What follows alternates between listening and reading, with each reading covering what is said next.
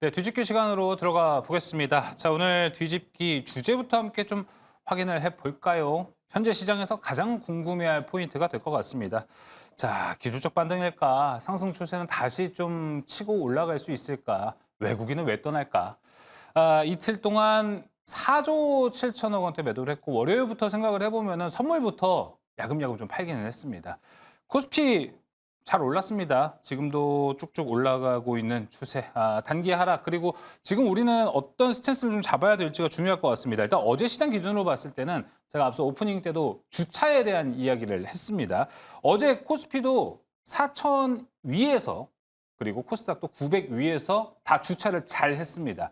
근데 이게 이제 불법 주차가 되면은 변동성이 끌려가가지고 다시 좀 하락 국면에 진입하게 되는 거고 정말 제자리에 딱 맞게 주차를 한 거라면은 반등을 우리는 좀 기다려야 되는 건데 이 변동성이 높은 비포장 도로가 있다 보니까 여러 가지로 좀 우리가 앞으로 어떤 스탠스로 이 국내 시장을 좀 바라봐야 되는 건지 어제로 인해서 우리가 지난주까지 봤던 시장의 색깔이 변한 건지 더 나아가서 종목까지 또 함께 오늘 이야기를 나눠보면 좋을 것 같습니다. 일단 오늘 코스피와 코스닥이 상반된 좀 흐름을 보여주고 있어요. 코스닥은 그래도 좀 900선을 어떻게든 지금 회복하려고 좀 버티려고 있습니다. 895에서 897포인트를 왔다 갔다 지금 버텨내고 있는 흐름이고요. 코스닥은 그래도 4000포인트를 계속 사수하고 있는 흐름입니다. 아무래도 개인들의 매수세가 이렇게 어려울 때일수록 대형주로 좀 더 기대고 이럴 때 대형주를 더 사자 이런 심리가 좀 발동을 하는 것 같습니다. 여기에 대한 이야기 이제 지금부터 나눠보도록 하겠습니다. 자, 오늘 함께 두 분 먼저 소개합니다. 디멘전 투자자문 송재경 투자무문 대표, 알파경제 김종효 이사 함께하겠습니다. 어서 오세요. 안녕하세요. 네, 오랜만에 뵙습니다. 자, 일단 시장이 오늘은 뭔가 좀 소강 상태? 뭔가 막 반등한다기보다는 어제 사실 간밤에 미국 시장도 그랬습니다. 미국 시장이 이제 반등됐구나 했지만 묘하게 기분 나쁘게 마무리가 됐어요. 윗꼬리를 길게 달았고 엔비디아 그리고 우리가 지금 AI로 바라보고 있는 팔란티어에서 반등이 안 나왔죠. 여기서 반등이 나와야 뭔가 좀 우리 시장도 반응을 하려나 일단 현재로서는 그렇게 좀 생각이 듭니다. 김종효 이사님 얘기부터 좀 먼저 들어볼까요? 일단 기본적으로는 뭐 미국의 입장에서는 소프트웨어 중심의 회사들이 흔들리는 게 불편해 보일 수 있겠습니다만 우리 입장에서는 궁극적으로는 별로 불편하지 않은 게 메타가 지금 투자하면서 실적이 어닝 서프라이즈 났어 주가 급락한 이유, 그다음에 최근에 오라클이 CDS 급등하면서 주가가 흔들리고 있는 이유가 다 뭡니까? 무리하더라도 투자하겠다는 거거든요. 그러니까 그들의 투자가 이어지면 마이크론도 뭐 포함되겠지만 우리나라 SK하이닉스와 삼성전자의 전반적인 메모리가 모두 올라간다라는 것이고요. 네. 그다음에 지난 9월부터 계속 설명드리고 있는데 9월 달부터 반도체의 핵심은 엔비디아도 아니고 SK하이닉스도 아닙니다.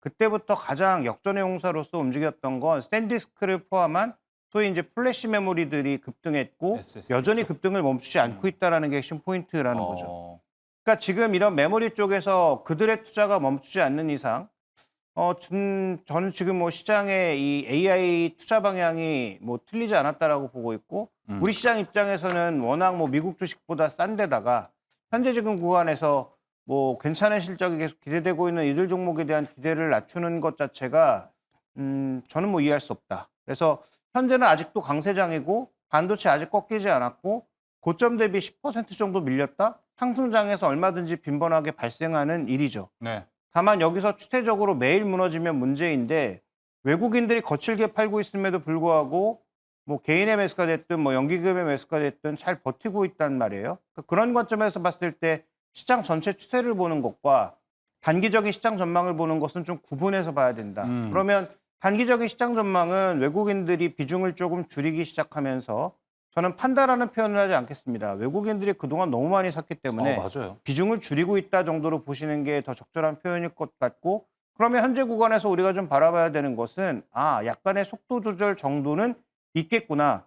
그리고 이 구간 안에서 외국인들이 어떤 행위를 하고 있는가를 보면 배당분리 과세를 노리면서 금융주를 사고 있다는 거죠. 맞아요. 그러니까 외국인은 전체적으로 지금 빠져나가고 있다가 아니고 비중을 아주 극적으로 늘렸던 반도체는 조금 줄이면서 뭐 11월 달에 지수가 정체된 상황이라면 다음 모멘텀, 다음 정책이 기대되고 있는 금융업종을 포함한 이런 종목군들로 약간 매기가 이동하고 있는 건 아닌가? 뭐 이 정도로 좀 보셔야 될 것 같습니다. 알겠습니다. 자, 일단은 외국인이 그동안 우리 시장을 많이 샀습니다. 그렇기 때문에 거기에 대한 비중은 좀 줄이면서 다음 모멘텀 플레이 할 곳, 뭐 정책이라면 정책, 그리고 금융주 쪽을 좀 쳐다보고 있는 것 같습니다. 그러면은 뭐 잠깐 투자 아이디어로 봤을 때, 대표님, 뭐 지금 외국인 수급 따라가는 건 어떻게 생각을 하세요? 1차적으로는 지금 그러니까 말씀 주신 대로 원래 이번 장이 개별 종목 하시는 투자자분들은 참 힘드셨잖아요. 네. 지수는 60%, 70% 맞아요. 갔다고 하는데 내 계좌 보면은 왜 이렇지? 뭐 이런 분들 많으셨을 거고 실제로 주변에서도 많이 들었는데 상대적 박탈감. 이게 가장 큰 이유가 분명 업종이 순환해서 가는데 이게 돌아가면서 계속 지수를 떠받치면서 위로 올라가지 맞아요. 않습니까? 네. 하나를 팔고 하나가 올라가는 게 아니라 전반적으로 레벨업하면서 올라갔기 때문에 이런 현상이 나타났다고 보셔야 될 것 같고요. 말씀 주신 대로 지금 주도주가 상반기에 일시적으로 이제 소위 그 고배당 관련된 금융주가 은행주가 많이 갔다가 한동안 쉬었지 않습니까? 네. 그래서 실제로 이번에 정부의 상법 개정안 이것이 최종 마무리되면서 분리과세나 이런 것들이 마무리된다면 그러면 거기에 대한 본격적인 수혜를 기대해 보면서 쉬었던 금융주가 좀 올라갈 수도 있을 것 같고요. 또 최근 들어서 가만 보시면 최근 한 달간 우리나라 금리가 많이 올라가고 있어요. 지금 10년물 금리가 지금 한 달 전에 비해서 7% 이상 올라서 주변국 중에서 가장 많이 빠르게 올라가고 있거든요. 네. 이제 이게 무슨 물가의 이슈라기보다는 성장에 대한 이슈, 네. 그다음에 자금 수요에 대한 이슈 이런 것들이 나타나는 거라서 이런 금리 상승은 또 은행주나 보험주에 상당히 플러스 요인이 됩니다. 그래서 그렇게 놓고 보면 좋게 볼 수 있을 것 같고요. 그러면 외국인들이 이렇게 왜 팔까에 대한 고민이 사실은 이게 이제 지금 3일째 팔고 있으니까 좀 불안하긴 하잖아요. 예, 맞아요. 예, 그래서 그거에 대한 제 나름대로 이제 해석을 말씀을 드리면 첫 번째로는 지금 그 미국의 소위 단기 자금 유동성이 말려 있다. 이건 분명한 것 같습니다. 이게 이제 무슨 말이냐면 지금 미국에서는 일단은 그 소위 코로나 이후에 시장에 돈을 엄청 한번 풀었잖아요. 예, QE란 맞아요. 거에서 엄청 풀었습니다. 근데 너무 과하니까 그거를 일단 다시 연준이 흡수하는 방식으로 영내포라는 걸 했었습니다. 그러니까 우리가 금리 잘 줄 테니까 그 당시에는 제로 금리였잖아요. 네. 우리 금리 괜찮게 줄 테니까 너 굴릴 데도 없잖아. 우리한테 맡겨 이러면서 과잉으로 나갔던 돈을 일단 풀어서 완정시키고 그 돈을 다시 걷어들인 게 한 최대 2023년 초반까지 한 2조 4천억 달러까지 늘었었거든요. 네. 이제 이거를 다시 지난 3년간 슬슬슬 풀면서 시장의 유동성을 다 넣어줬단 말이에요. 근데 이것이 올 여름에 완전히 제로가 돼버렸습니다. 그러니까 거기서 추가로 나올 이제 유동성은 없다 보셔야 될 것 같고, 뭐 베센트 장관이 계속 얘기했긴 했지만 최근 3개월간 미국 재무부가 시장에 국채를 엄청나게 발행을 하면서 네. 이것이 3천억 달러가 1조 달러 넘어가 버렸습니다. 그럼 이거 자금을 쫙 빨아들였죠. 이걸 원래는 영내포가 받아줬어야 되는데 여기에서 못 받아주니까 시장이 받아줘야 보니까 드디어 단기 자금 시장이 말리기 시작했고요. 그것이 레포 금리라고 해서 그쵸. 내 국채와 너 갖고 있는 채권을 맡기고 빌리는 시장이 약간 발작 비슷한 모습을 보였습니다. 근데 다행스러운 것은 지난주 금요일 날까지 가장 많이 빌렸고 월, 화, 수 3일간은 빌리는 폭이 급격하게 내려왔습니다. 그래서 1차는 거기서는 좀 다행스러워 보이긴 한데 다만 이것 자체가 완전히 안정됐는지 네. 여부는 조금 더 지켜봐야 될 것 같아요. 네. 그런 측면에서 놓고 보면 지금 시장에서 외국인들 입장에서 보면 미국 내의 단기 유동성이 줄어드는 것 이것 자체는 달러 지수의 또 강세로 나타납니다. 왜냐하면 미국의 유동성은 달러의 유동성이잖아요. 미국에서 모자라면 전 세계에서라도 빨려 들어갑니다. 그러다 보니까 달러 지수가 강세일 수밖에 없고 이런 것들이 외국인들 입장에서 조금 더 불편한 측면이 하나 있다. 그래서 11월이 또 하필이면 이들이 연간 내가 퍼포먼스를 낸 것에 최종 클로즈를 12월 말이 아니라 보통 11월에 다 이 마무리하거든요. 확정 짓는 거. 네. 그거 갖고 보너스 결정하니까 대략적으로 올해 한국에서 성과 잘 냈지 않습니까? 네, 맞아요. 그러면 저라도 월급쟁이 입장에서 보면 이것을 좀 확정 짓고 넘어가고 싶은 분명 생각이 들 수밖에 그렇죠. 없는 기술적인 측면도 있습니다. 그래서 이런 변동성도 좀 늘었고 그런 기술적인 측면 이런 것들도 같이 월급쟁이로서의 생활의 네. 고충도 있고 이것이 같이 좋습니다. 맞물리면서 이런 현상이 나타났기 때문에 이런 변동성이 11월 한 달은 있긴 하겠지만 이것이 우리의 문제라고 걱정할 필요는 없겠다 이렇게 말씀드립니다. 알겠습니다. 그 말씀해주신 그 영래포로 최근에 좀 문제가 됐던 거는 외국계 단기 자금들이 갑자기 쓱 빠져나가면서 시장이 이렇게 흔들린 건데 어제부터 많은 분들이 걱정을 하고 있는 거는 이거 같습니다. 매도가 매도를 불러버리는 이 추세에서는 혹시 단기 자금만 쏙 빠져나갔는데 불안해하고 조금 더 매도세가 거칠어지는 흐름에 대해서 뭐 어제까지만 해도 패닉셀에 대한 이야기가 좀 많았었는데 거기에 대한 우려는 지금 좀 일단락 됐다고 보시나요? 김종현 기자님. 어저께 하이닉스가 밀고 올라간 것만 봐도 그러니까 그 외국인 단기 자금이 뭐 얼마일지 모르지만 외국인 단기 자금이 예를 들어서 뭐 최근에 우리 시장에 뭐 한 30조 들어왔는데 그중에 절반이 뭐 단기 자금이다. 네. 그럼 문제가 되겠죠. 근데 저는 뭐 그 정도의 비율은 당연히 아닐 거라고 보고 있고 그다음에 뭐 우리나라 대통령이 가서 세일즈한 게 뭐 얼마나 효과를 미쳤을지 모르지만 블랙락의 레리 핑크를 만나서 적극적으로 세일즈하고 맞아요. 뭐. 그러면서 외국인들이 들어왔던 그 자금이 단기적으로 그런 SOFR 금리나 뭐 영래포 금리에 민감하게 움직이는 단기 자금이다라고 보지 않거든요. 그런 관점에서 저는 그 외국인들의 단기적인 움직임은 뭐 연결될 수 있겠습니다만 그것으로 인해서 우리 시장이 더 눌리고 외국인 매도가 더 나온다?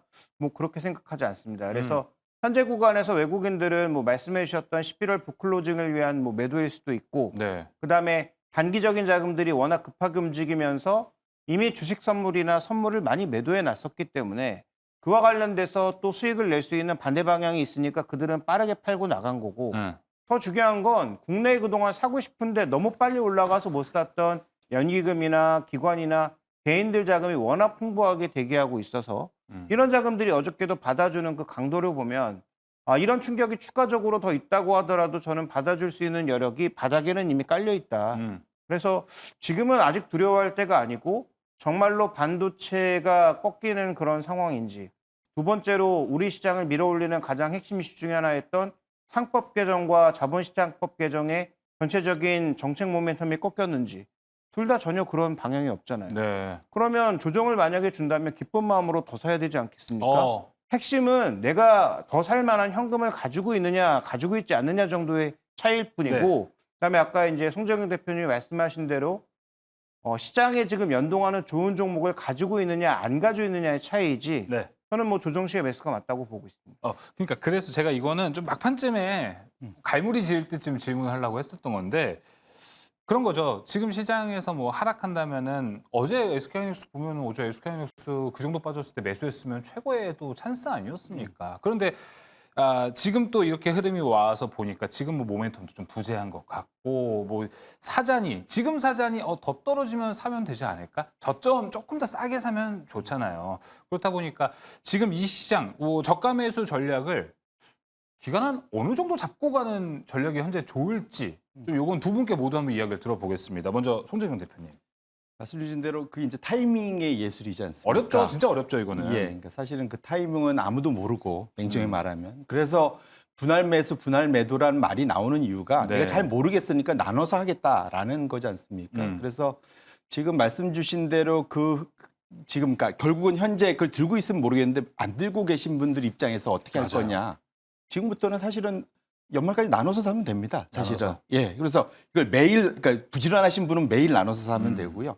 말씀하신 대로 저점으로 사고 싶으면 또 조심하셔야 될 거는 주수로 사시면 안 되고 네. 금액으로 사셔야 됩니다. 어. 이게 무슨 말이냐면 이제 달러 코스트 에버리지라고 이게 무슨 말이냐면 빠지면 빠질수록 더 사줘야지 효과가 커지잖아요. 네. 근데 주수로 사면은 빠질 때 그냥 낮은 가격으로만 사는 거지 주수가 더 늘진 않습니다. 근데 같은 금액으로 사면은 금액이 빠지면 주수가 더 늘어날 수 있죠. 살 수 있는. 그렇지 않겠습니까? 네. 이게 아주 쉬운 건데 생각보다는 그거는 내가 좀 계산을 해서 주문을 내야 되니까 네. 좀 불편한 측면이 있는데 일단은 그렇게 생각을 해 주시면 좋을 것 같고요.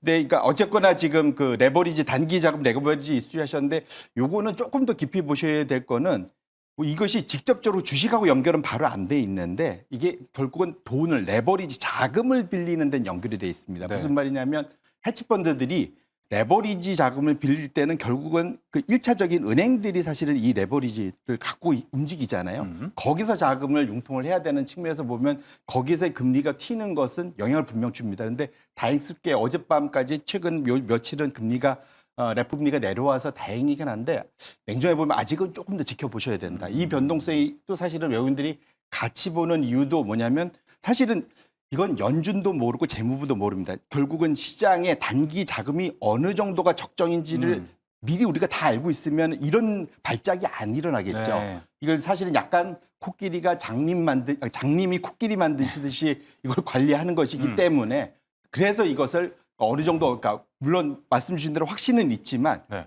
기간이 시장이 안정되는 데는 기간은 조금 걸릴 수 어. 있겠다는 것도 염두에 두실 필요가 있을 것 같습니다. 그러면 김종윤 이사님, 이런 건 좀 어떻게 생각하세요? 질문 조금 바꿔서 지금 시장 올라간 거 유동성으로 올라갔고 떨어진 것도 뭐 유동성으로 떨어졌다. 근데 유동성으로 올라갔다 떨어졌다? 이게 지금 코스피도 4,000원을 넘어서서 처음 가는 길을 걷고 있다 보니까 유동성으로 떨어진 건 어떻게 대응을 해야 되지라는 의문이 좀 남더라고요.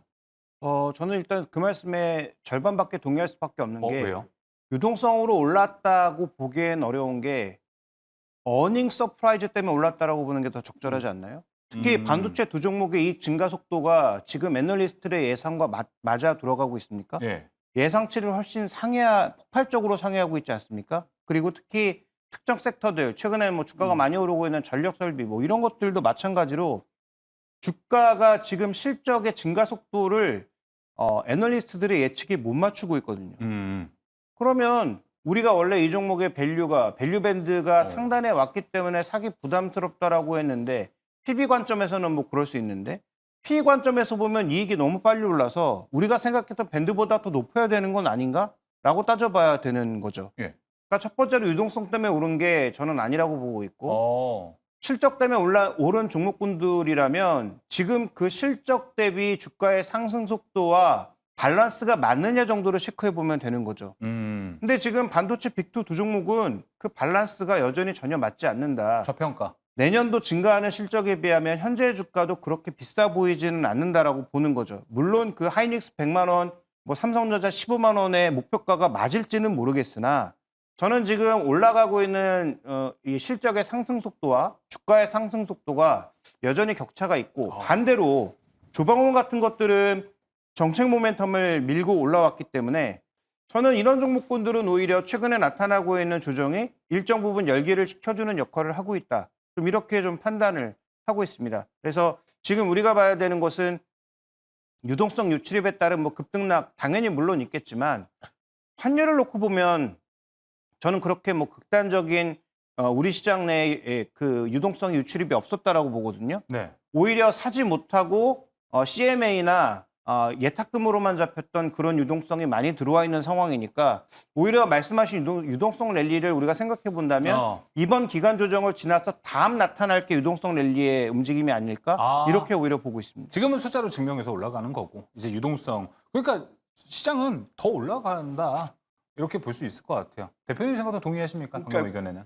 다 동의하고요. 이제 이렇게 보셔야 될 것 같아요. 그러니까 말씀 주신 대로 펀더멘탈 때문에 올라가는 부분이 있고 나머지는 보통 우리가 시장을 나눌 때 이걸 사람들의 보는 눈높이죠. 그러니까 멀티플레가 보통 표현하잖아요. 예. 배수가 또 올라가서 주가는 두 가지로 올라갈 수 있잖아요. 이익으로도 올라가고 기대감.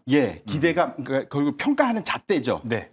내가 지금 똑같은 1,000억을 벌어도 나는 너 그거 한 10배 줄게. 20배 줄게. 거기에 대한 기준이 왜 달라지느냐. 그것이 이제 아까 말씀드렸던 유동성에 의해서 달라지거든요. 그런데 처음 들어서 이제 유동성이 말린다 하면 그러니까 유동성이 딴 게 아니라 내가 원하면 언제든지 돈을 빌려갖고 비투를 할 수 있는 여력이 생긴다는 거죠. 그럼 마음이 되게 편안해지고 공격적으로 할 수 있는데 이게 말리면 이 갑자기 그 빌려줬던 데가 깐깐하게 나오는 거지 않습니까? 그러면 이제 사실은 멀티플을 높게 주지 못하는 이제 이런 경향이 있는데 그래서 최근에 어제도 보면 아시겠지만 너무 당연한 거지만 상승할 때 이 속도가 어마어마했지 않습니까 이번에 사실은 그 속도라는 것을 사실은 유동성이 공급을 해준 거고 거꾸로 이제 유동성이 말린다고 싶으니까 또 다시 이제 내려오는 속도도 좀 가팔랐다. 그러니까 레버리지 ETF나 이런 것들의 주가가 어제 다 꼴찌를 만들어낸 게 그런 최근 이틀간이다 보셔야 될 것 같고요.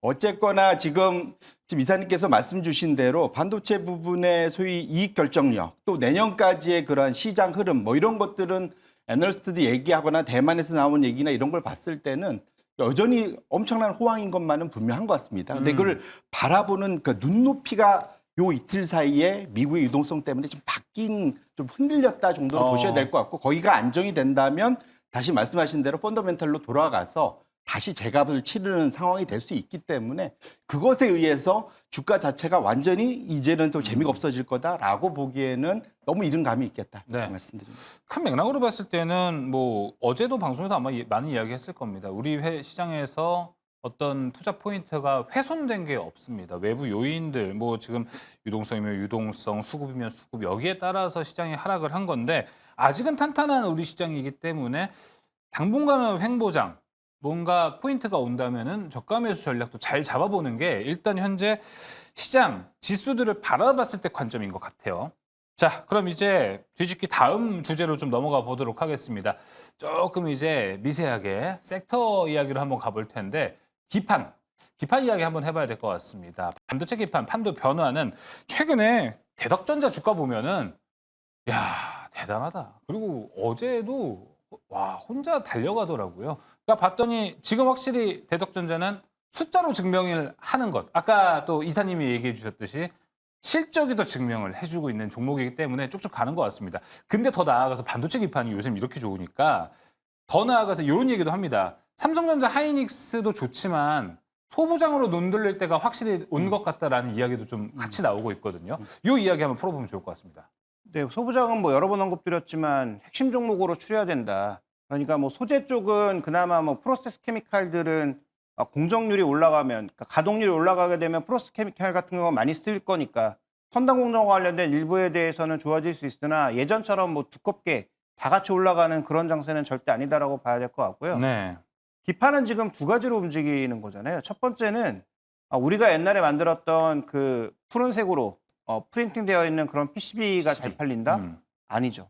지금 FCBGA 같은 돈 되는 기판들이 많이 팔리기 시작했다가 핵심 포인트고 그래서 마진율이 올라간다라는 거죠. 네. 그러니까 가장 먼저 선투자했던 대덕전자가 투자와 관련된 상각 때문에 이익이 안 나왔다가 지금처럼 반도체가 폭발하는 구간에선 FCBGA의 투자를 가장 앞서서 했기 때문에 가장 이익률도 빠르게 개선되고 있는 것이다. 이렇게 봐야 될 것 같고요. 그럼 이걸로 인해서 마진이 하나 올라가죠. 그다음에 두 번째로는 지금 그 공정상 이제 한계에 달하다 보니까 소재를 바꿔야 된다는 얘기가 슬슬 나오고 있죠. 네. 뭐 액침 냉각이니 뭐 공냉식이니 뭐 여러 가지 얘기 나오고 있습니다만 근본적으로 열이 안 나면 이런 거 할 필요가 없는 거잖아요. 그러니까 열에 상대적으로 강한 유리기판으로 바꿔야 된다라는 얘기가 또 하나가 맞아요. 나오고 있죠. 그러니까 이 두 가지 지금 얘기하는 EPS와 그다음에 이 모멘텀 두 가지가 동시에 붙고 있기 때문에 이 동시에 연동되고 있는 삼성전기가 연초부터 이제 달리기 시작했고 뒤를 이어서 수익이 올라가고 이익이 올라가고 있는 대덕전자가 달리기 시작하고 대덕전자의 뒤를 이어서 시설 투자를 했던 뭐 코리아 서키트라든지 이런 것들이 지금 따라가고 있는 장세로 봐야 되거든요. 그러니까 이 기판 장세도 제가 보기엔 지금 뭐 신규로 사기에는 좀 부담스러운 종목군들이 많이 있습니다만 일단 끝날 때까지 끝난 건 아니다라고 봐야 될 것 같습니다. 네. 그래서 이미 기판을 바꿨는데 FCCSP나 FCBJ로 바꿨는데 뒤로 돌아간다? 그럴 리는 없죠. 그다음에 아까 말씀드렸던 대로 지금 플래시도 터지고 있는 국면이니까 네. 전반적인 어떤 기판의 수익성 상향은 일단 전체적으로 나타나고 있다는 관점에서 저는 핵심 종목군들 중심으로는 여전히 좀 긍정적으로 볼 필요가 있다. 이렇게 판단하고 있습니다. 네, 알겠습니다. 진짜 마진이 확 늘어나고 있고요. 뭐 오리지널 기판도 좋고 지금 유리 기판, 차세대 기판들도 쫙쫙 올라가 있습니다. 근데 둘 다 너무 올라서 진짜 부담스럽거든요. 그래서 저는 그래서 혹시나 좀 더 미래 이 확장성이 보장이 되는 유리 기판이 더 낫나? 라는 생각은 들기는 하는데 지금 시점에서는 둘 중에 고르려면 어디 고르시겠어요, 대표님은? 뭐 사실은 길게 본다면 말씀 주신 대로 당장 돈 버는 것도 좋지만 네. 유리기판이나 심지어 더 가서 갈 수 있으면 이제 실리콘 카바이드 기판 쪽으로 지금 최근에 TSMC하고 엔비디아가 그쪽으로 가겠다 뭐 이런 얘기도 하고 있죠. 그래서 유리기판 쪽이 좋을 것 같 저는 생각하고요. 또 그쪽과 관련해서 심지어 거기는 조선처럼 선수금 비즈니스를 만들 수 있다는 얘기. 미리 돈 받고 시작할 수도 있겠다. 네. 라는 얘기까지 나와서 그와 관련해서 최근에 서로 이제 JV를 맺거나 이런 움직임들이 최근에 많지 않습니까? 그래서 뭐 삼성 밸류체인도 좋지만 아마존 밸류체인 이렇게 새롭게 좀 확장되는 그 유리기판 분야는 지속적으로 좀 관심을 가져야 된다. 개인적으로 그렇게 생각하고 있습니다. 네, 알겠습니다. 자, 유리 기판까지 좀 이야기를 나눠보면서 오늘 뒤집기는 여기서 마무리해 보도록 하겠습니다. 송재경 대표와 김종효 이사 함께했습니다. 오늘 말씀 고맙습니다.